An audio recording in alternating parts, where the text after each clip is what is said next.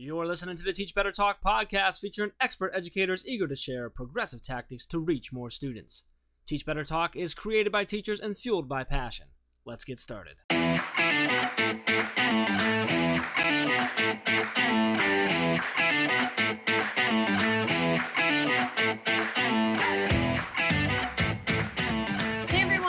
Welcome to episode 190 of Teach Better Talk. My name is Ray Hewart, and holy cow, 190 is a big number. Jeff Gargas, I'm not even introducing you. Do you know how close 190 is to 200? If I had to guess. If you had to guess. If I had to guess, math teacher, I'd say 10-ish, give or take. Yeah, 10-ish, give or take, episodes away from 200. Give or take. Give or take. You know, in a normal podcast, that would be funny because it's like, oh, duh, they're making a joke. But in our podcast, because we release all these bonus episodes, it really does mean it might be 10 episodes until the 200th episode. Oh, it's not. Or with all the bonus episodes, it could be like 12 or 20. No, with all the bonus episodes, we're at like 300 already. I know. Well, we're not counting the bonus episodes. I know the bonus episodes don't count. So we've done 190 interviews. I don't know how it's. I don't know how many bonus episodes there are, but there's at least like 50. Yeah, at least. Sure. Minimums. We're at least 240 at this point. No, we're not counting that. We're at 190 with an amazing guest that we're about to get to in a minute. But before we get there, Jeff, I think we should highlight someone. Let's do it. Who do you want to highlight? Like, just go. I think I know who you're going to talk about. I really would like to highlight Evan because I've been voxing with him all stinking day. I knew it. Yes. Yes. Let's talk about Evan Whitehead. I love it. I do. I love this guy. We haven't highlighted him before. I don't know, but he's worthy of highlighting twice if we've already highlighted him before. Just go. Yes. Do you want to just go? Like, I feel like you got it all prepped. I mean, I have so much prep. Yeah, so if you're listening to this episode, this came out after our Teach Better networking event where we announced a big announcement that the Teach Better team is partnering with Evan even beyond what we've been partnering with him in the past, and we were doing a webinar with him. So for those of you who are not connected to Evan Whitehead, he is an amazing Illinois administrator who has already been selected as a Teach Better ambassador. He does incredible work. Jeff, I know I'm missing things. This guy seems to be involved in everything. He does. He's a district level administrator. He's a consultant, national consultant. He works with the AHA Process, ahaprocess.com. You probably catch him he's on podcasts all the time. All the time. He's such an advocate just for equity, for teacher mental health. I mean, and honestly, he's a fun guy to just like chat with, like, and just talk to. He's so brilliant but so like easy to talk to, if that makes sense. Like, you know, like he's just chill, calm, like, you know, you just kind of feel at ease when you're chatting with Evan. So yeah, I'm pumped for the fact that we're going to partner with him and put on a webinar with him. I think that's really cool. Yes, we have loved putting on the webinars that we've been able to do this summer. We've done a lot on the grid method. We even did an intro grid to get teachers ready for the start of their year in Mastery Learning. We've done a ton of different supports.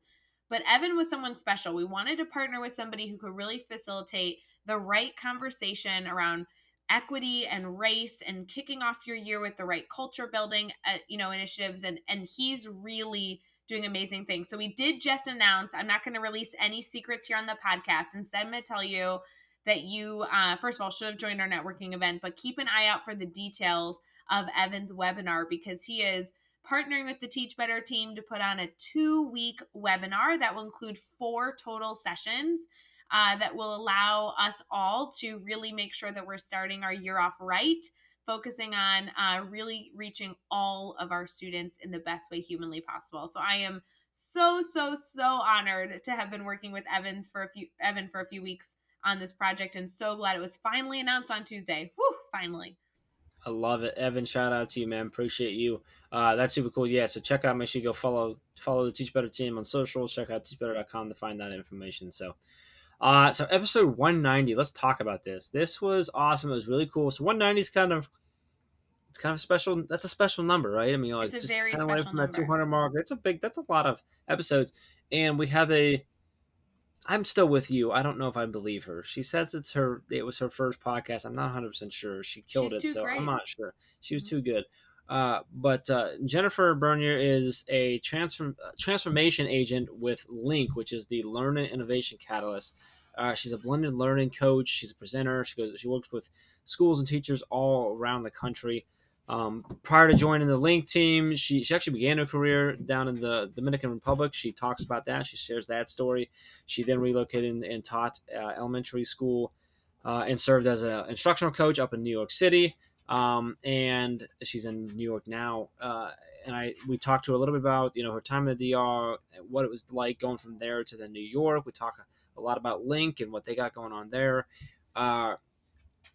One of the things with me here is I caught a lot of like this was the episode where I pulled out a lot of quotes, a lot of little quotes that I grabbed here and there, and I loved it. She's just so much fun. So happy to be connected to her. Anything you want anyone to pull from other than the fact that Ray's probably a fan? Okay, I am a fan, but I'm super embarrassed that I embarrassed myself in front of her right off the bat. And I'm not somebody who likes to be embarrassed very often, so that's going to be a low moment for me. But she is somebody that it is worthwhile to take a pause on this podcast, even though I know that's dangerous to say. Go follow her on social. This is a great educator doing amazing things, and you're going to be seeing a lot of her in the future, so get connected now. Love it. With that, let's get an episode 190 with Jennifer Bernier. All right. Hey guys, real quick, I want to give a shout out to Jennifer Apple, who is publishing an amazing children's book with her dog, Maya, if you can believe it. Award-winning dog is coming out on July 9th, and we are so excited to celebrate with Jen and Maya as this children's book hits Amazon and gets in the hands of children around the country. Check out Award-winning Dog on Amazon or Barnes & Noble. But if I were you, I would go over to awardwinningculture.com because I'm pretty sure there you can order the book and get some free stickers. So go over there, check that out, and a massive congratulations to Jen and Maya on this big accomplishment. Let's get back to the episode.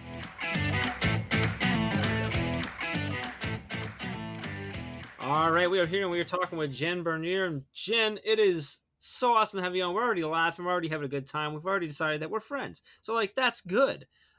We've also established that you are Team Jeff, so that's a great start to this podcast. But seriously, really excited to have you on to learn more about you, kind of talk about you and share your story. Before we get too far into things, though, how are you feeling right now? I am feeling excited. This is my first podcast that I'm on and to be a part of it. So I feel really excited after a long day of being able to support teachers, and then I'll get on here and be in the, I guess, learner seat kind of, but also sharing is also really nice. So I'm excited. Ray, first podcast. I can't believe it. I love it when that happens. Cannot believe it. Jen, we've literally already been laughing for the past 5 minutes, so I don't believe this is your first podcast. I think you're a natural already. And I just want to preface to our listeners, I am accepting defeat on the Team Ray, Team Jeff, because the moment she popped onto our recording, I was talking about how cool she was and didn't realize she was listening. So that's why I lost this battle. I'm fully aware. So Jen, I'm going to work this entire episode to earn your respect back, as I was talking about how cool I thought you were right before this podcast started. But before we get into all that, would you mind kind of sharing how cool you are to our amazing listeners? The first question we always ask is for you to kind of answer that typical question of what you do, how you describe yourself. Yes. So I do like to think of myself as someone who is cool. But really when I get asked the question about myself, I do like to just share. I've been in education now for 7 years. I started my teaching career in the Dominican Republic and then moved out to New York City, where I continue teaching in elementary. So when I describe myself, in education and also just in my daily life, I am very passionate about the things that I do, about the people that I involve myself with, and just being around people in general. When I do get asked a question specifically about what do I do, I am a transformation agent with Link, the Learning Innovation Catalyst.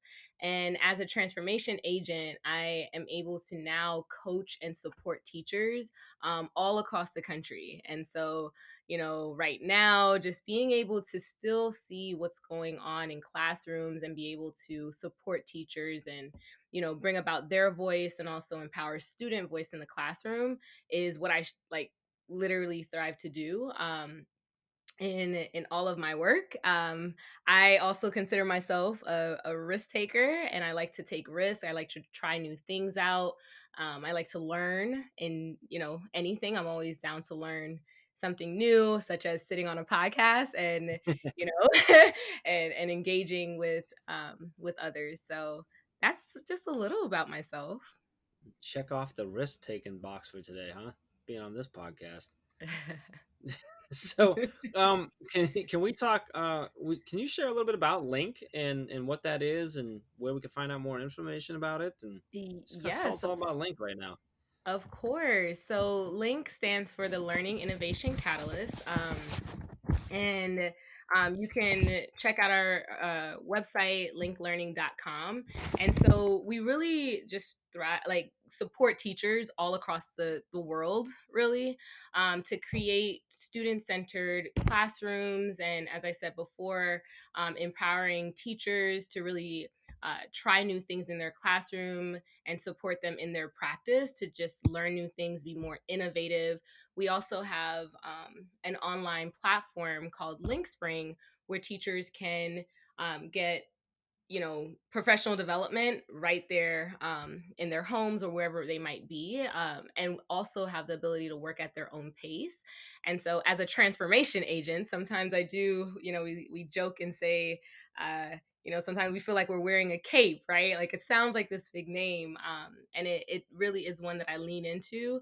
And as a coach, just being able to coach not only teachers in their practice but also just their well-being, and just seeing what are their immediate needs, and how can I as a transformation agent, as a coach, how can I further support you so that you're your best self in front of students and giving them what they need. So as a company, that's really what we get to do, and we love it, and we support in any way we can. All right, so I want to talk really quick. So you started your career in the Dominican Republic and then moved to New York. So I'm curious if you could sort of like maybe highlight some of the differences and similarities in those two, because that's obviously I guess I don't know. I'm Yeah. assuming, possibly wrongfully, I'm assuming that there's quite a few differences when you're teaching in the DR versus in New York City. Am Yeah. I accurate saying that, or am I like way off? Is it pretty much the same thing? No, it is. It actually is. There. I can go to a different school now, and there's going to be differences. So in a whole nother country, there were several differences, and even things that I just had to relearn coming to New York City. And I'm originally from Florida, so I wasn't too familiar with even the school system in New York City. However, in the DR, one thing that really I think stuck with me as an educator was the power of student voice. I was an English language arts teacher over there, and also a science teacher. And so my classrooms were in English. I was teaching English as a second language, and teaching those two content areas. But one thing that really stuck with me is being able to become innovative, and just being innovative in everything that I did, whether it was seeing the need for an activity to happen in the classroom, and then figuring out how we can make this possible. So I think my eyes opened up a lot when I started teaching there. And it also pushed me because I was coming over there. I did know Spanish prior. However, being immersed in the culture, I was pushed and humbled by how much I learned from students. And for me, that I went over there just kind of trying it out my first year, and I said, I need to try this out a second year. And so I stayed for a second year at the same school. I actually moved up with my students to eighth grade. And so it really opened my eyes, I think, to many possibilities. And I knew coming, I did decide at one time I want to further develop in this field. So I came back and moved to New York to go back to school, get my master's in teaching, and, just further develop. And I think one thing that I found as a teacher within um, New York City was there, I did have more professional development to some level. I had a coach for the first time. And, I started to see things that I really valued in both aspects. And I wanted to pretty much bring them all together. And even, I'm very in contact with the school that I worked with in DR. Like we're still communicating together. And I've formed friendships over there with both the students and the staff. And so taking it now to being an educator, um, in New York City, it was just an opportunity for me to continue to learn and then also put me in a position to share and really share, looking at, the power of PLCs and the power of forming personal learning networks. And I found those so useful in my first few years of teaching in both the DR and in New York City. Like I said, I'm from Florida originally, so this was all new for me. And I leaned on those who I can learn with and learn from. And so to me, that was something that, I appreciated. And, it was very different. They were both came with several challenges, whether it was a language that I now, I pushed myself to learn and learn the culture in the DR, and got closer with my family that was there, and really immersed myself in the culture. And I find that even as an educator here in our classrooms, that is important to do. Like, learn your students and learn learn what they're bringing, because I give a lot, almost probably all of my credit while teaching in the DR to my students. There was so much that I learned down to the language from my students while we engaged in the lesson. And so I took a lot of that and, brought it about, and kept taking risks and pushed through the challenges. And knowing that you're not alone, I think, is something that is helpful. That's really cool. Really appreciate you sharing that with us. Let's talk about failure for a minute. This is one of the things that we talk about on this podcast. Pretty much every episode, I'm always saying that I consider myself fortunate to have failed a lot in my life, because I've learned from that. They've created who I am, and I am where I am because of those. So, can you take us to the time that you had a failure or challenge in your life? Tell us what happened. How did you overcome that? And then what did you take away from that experience? Yes. So this was actually one happened recently. I think with the shift to, remote learning, online learning, virtual learning, distance learning, what, however you term it. Um, I realized as a coach, it wasn't the easiest shift. You know, like I was working remotely somewhat already. However, I realized that it was still a lot that I had to learn, and I didn't prepare for that. I think I leaned a lot onto what I already knew in just kind of getting into virtual meetings and all this. And so, one fail forward, I like to say, moment that I had was right at the start of facilitating a session using Zoom. And I laugh at it now, but in the moment, it really wasn't that funny. But I hadn't familiarized myself with Zoom as much as I should have. And so, in a large setting, as you can imagine, of educators trying to learn, and everyone's literally just being placed and pushed into this new way of learning, I wasn't familiar with how to use uh, the features, I guess, of Zoom. And that's funny because I do work a lot with tech, but I hadn't played around with the mute and the chat feature, and just how to really engage my participants. And so, I mean, I remember moments of the session, I totally lost the crowd where mics were coming off, questions were being asked, comments were being said, and I lost control for a good amount of the time, which hadn't really happened when I facilitated in person. And so I felt really down about it after that session. However, one thing that how I overcame, just, this was technicalities that literally kind of took over my session here. But one thing that helped me to overcome this moment was not only having a supportive team who kind of, pushes you to, you got to stay in the ring, you got to go back, you can't let the defeat of what just happened hold you down.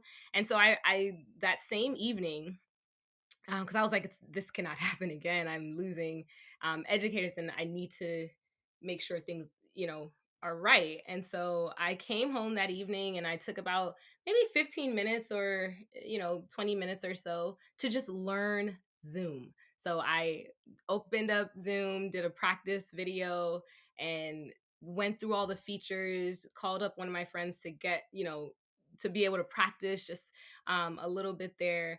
And what I learned from that whole process, and although that's not, you know, maybe the biggest failure, I really felt down about it afterwards. I think because it was such a pivotal moment that, really mattered. And so one thing I learned though is through the process of just like reflecting and taking time to think of what happened is not to be so hard on myself about it. Um, because and also just kind of acknowledge what came out of it. Um, and so I kept going, and I took away just don't let something, even if it didn't go well, don't let that stop you, and keep going back into get that other opportunity. And so out of this, I feel very comfortable with Zoom now, and just being able to be an effective facilitator using this virtual platform. So yeah, I stayed in the ring, I kept going, and I didn't let that weight of um, losing control in that moment really take over. Jen, I love that you chose to share a failure that is so relevant right now. Like, I know that you said, oh, this is just one instance that stuck with me, but oh my gosh, we all had those moments in Zoom in some capacity as we transitioned into dealing with COVID-19 and remote learning and everything else. And I so appreciate and value that you picked a failure that I feel like you were talking and I'm like, yep, been there. Yep, totally have been there. And if you haven't been there, then I hate to tell you listeners, you're probably going to be there in August where you're going to, you're going to see a tech tool and you're going to think you know about it and then it's going to totally flop. And what do? We get back on the horse and we figure it out. And I, even just your narrative of, okay, so I went home and I looked into it. Like I researched it. I looked it up on YouTube. I called a friend. Like that is the solution seeking mindset that we need to have, whether it be 2 months ago or in 4 months as we continue forward. So really, really cool story there, Jen. I really appreciated that. With everything that you're doing right now, how have you continued to be excited about education? Like what's going on right now that's really fueling your fire, whether it be because of the pandemic going on or just because of your experience in a variety of different settings, supporting teachers in different ways? What's really fueling your fire? Yeah. So I get really excited when I often still see myself in the teacher role, even though I'm a coach. And so I get really excited when I see teachers um like feeling very empowered in their classrooms and sharing that with me. So right now, I mean, they're in sessions, whether it's with 300 participants or 20. I can look there and see just like limitless possibilities, like teachers sharing more in sessions, teachers turning on their cameras and really getting into this work that and taking risk. So I think since all of everything, with COVID-19 has happened, I've seen teachers, schools all across the country just taking risks to learn new things. And this has opened up an opportunity to do that, and also giving yourself grace in the process. Like we're all in this together, right? And so seeing that excites me because I am one of those who, I'm pretty hard with failure at times, and I've had to give myself a lot of grace in this process. As educators, like we take this very serious and very passionate about it. And so now seeing that um we're taking these risks and educators are coming back and asking for feedback or reaching out to me and messaging like, hey, Jen, like, what do you think of this? Like, I tried this screencast out. What do you think? That's really exciting to me. So it really shows that all of, the work put into possibly facilitating a session or what I'm getting up and doing daily, it actually is paying off because teachers are using it and trying it out in their classrooms. Even today, having teachers come into, we do these sessions called Link Spring Live sessions. They're a mix of PD workshops virtually online on our site. You can check that out if you're interested. But we do these PD sessions so that teachers can come in and still get professional development. And even today, just having teachers, I know we're on summer, we don't really know exactly what's going to happen, but they're coming in and eager to try out and plan for the fall. And so that's exciting. It really gets me going within all these sessions. I just recently did about 60 sessions, 1 hour sessions in New York City for teachers. So that's like a whole bunch of teachers. And you don't see that in the process, but when looking back, I'm like, oh my gosh, like this many teachers were supported. And I played a part in doing that. And so that excites me to keep going. Hearing what's happening, hearing the good news reports back, it fuels me. It fuels me because I know those little moments really build up to this huge mission that as educators we're all up against. And so that gets me going. I think that's it. I love that. Absolutely should get you going.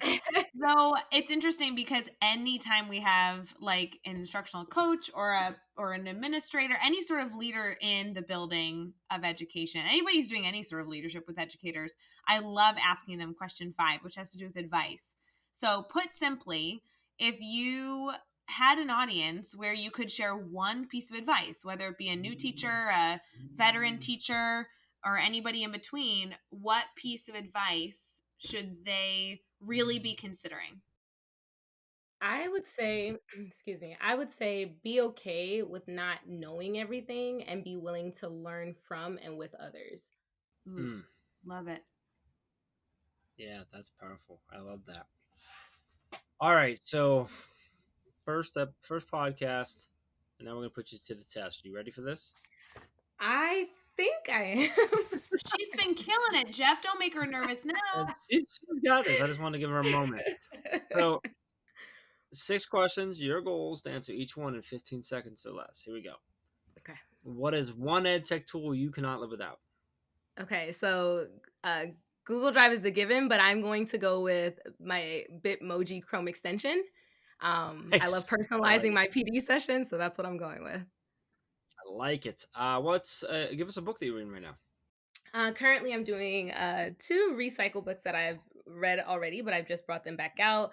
That's Becoming by Michelle Obama, and Blended Learning in Action by Caitlin Tucker, Tiffany Wyckoff, and Jason Green, which I've, started using that a lot within my sessions. So I've started reading it. Who do we need to follow on social media today? This is a tricky one because I'm still growing a lot on social media. But I did really, I like Staff Podcasts on Twitter. And, those 2 are just a dynamic duo. And Instagram, Curtis Careers, I've started following him, really provides like great professional and career empowerment content for youth and young professionals. So I started watching a lot of the lives on there. Okay, Jen, if Jane Pav. Yeah, if you're gonna like Jane Pav, then you do have to be Team Ray because they are Team Ray as well. No, they are not. They are split. Pav is Team Ray. Che is Team Jeff. No, trust me. You need to come to the on dark here side. Lying to Jen. Come to the dark side, Jen. Team Ray all the way. I recently photoshopped myself in one of their pictures. So they're great. Team Ray. You did. They're great. A good time. All right, we're off track. Ray got us so off track. It's crazy. What is a good YouTube channel or website for educators? Edweek.org. And give us a daily, weekly, or monthly routine every teacher should get into. I love this one. Breathing exercises, stay hydrated, and really reminding yourself to cut off from work and take time for yourself. And what is the best piece of advice you've ever received? The best piece of advice I received was find the little things and recognize and acknowledge them. Everyone sees the big things, but the small things are what will make the change because so many people miss it. That was from a coach. Ooh, that is really trophy worthy. Trophy worthy for sure. Jen, you need the Teach Better Talk trophy for that answer. Absolutely. Oh man, I embrace that too. I love it. How is this your first podcast? This isn't actually, right? You fibbed in the beginning. It's okay. We forgive you. Like, this isn't really your first one, is it? No, it is. It really is. I listen to, I try to learn from podcasts that I listen to and just, they're always great. But when Jeff reached out, I was like, yeah, sure. And this was so long ago that I actually looked back. It was in January that I reached out to you originally. Wow. So like the world wasn't even the same at that point. It wasn't even the same. Wow. Can we just say, Jen, when all these podcasts have you on and you are like this big hotshot podcaster because you were such a natural on this, will you just remember where you started, right? You started hanging out with Teach Better Talk podcast. And you remember the little people, Jen. Yeah, remember the little people, Jen? Come on. Of course, you guys embrace me. We're friends on Twitter. I love this. I love you all. I love it. Well, Jen, speaking of Twitter, I do want to make sure our listeners actually can connect with you all over because I know you're on Twitter, you're on Instagram, you're doing really, really great things. You blog all the time. I just want to make sure that you continue to not only grow your PLN, but our listeners can stay connected with you. So when you get crazy famous on podcasts, because you're such a natural, we can say that we knew you in the beginning. Would you mind sharing that information for us? Of course. So I can be found on Twitter at Bernier_Jen. So BERNIER_Jen. And the same for Instagram, same handle there. And yes, I have started writing some blogs since I've joined the Link team. And it's also just become like reminding me of how much I love writing. And so I have written a few blogs. One recently was one that I co-authored with one of my colleagues. And that was called Guidance for Equitably Supporting Families in Remote Learning. So that's one of my more recent ones. And then just a few others that get at me reflecting on my use of blended learning practices, but also how teachers can put these different practices into work. Loving it. And you can find all the links, all the resources, everything we mentioned in this episode over at teachbetter.com, as well as the really important links for connecting with Jen, checking out the blogs that she's been writing, and just becoming her friend like Ray and I. So make sure you check out the show notes over at teachbetter.com for all of that. Be sure to hit subscribe so you don't miss any of the upcoming episodes.